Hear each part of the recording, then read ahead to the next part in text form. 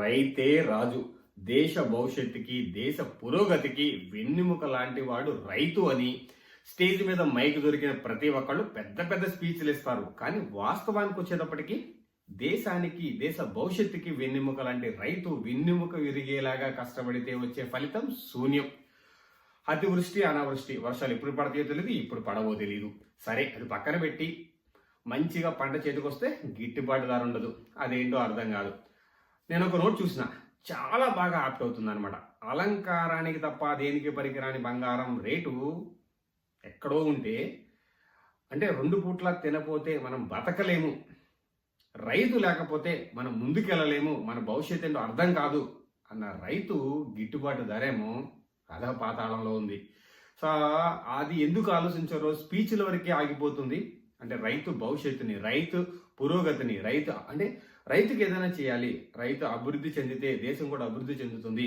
నిజంగా అంటే రూట్స్లోకి వెళ్ళి మాట్లాడుకుంటే మనకి మనం 4 నోట్లోకి వెళ్తున్నాయి, తినగలుగుతున్నామంటే రైతు అక్కడ కష్టపడడం బట్టే. మనం 50 రూపాయలు పెట్టి కొనుక్కునే రైస్ వాళ్ళు ఎంత అమ్ముతారో మనం వింటేనే, అంటే దళాలు తినేస్తున్నారు డబ్బంతా.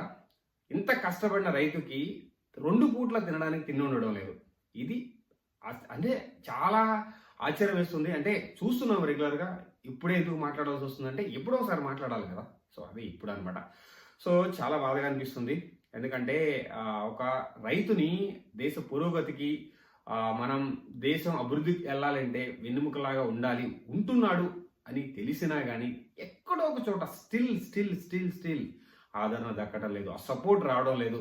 సరే, పంట నాశనం అయిపోయిందంటే అంటే ఈ రోజుల్లో 1 ఎకరం పొలం మీద పెట్టుబడి పెట్టాలంటే దళారులు ఇత్తులు ఇస్తారు, మందులు ఇస్తారు, చివరికి వచ్చేటప్పటికి శూన్యం, జీరో చూపిస్తారు. అంటే మనం కష్టం, అంటే రైతు కష్టం శూన్యం, మొత్తం దళారులు తినేస్తున్నారు. విత్తుల కాస్ట్, మందుల కాస్ట్, చివరికి వచ్చేటప్పటికి కూలీల కాస్ట్ అన్నీ తీసేస్తే రోజువారీ కూలీ కూడా రైతుకు రావడం లేదు. సో వడ్డీలు కట్టడానికి ఉన్న భూలు అమ్ముకోవడం తప్ప వచ్చినంటే పంట మీద వచ్చిన డబ్బుల్ని తినే ఆశ రైతుకు ఉండడం లేదు.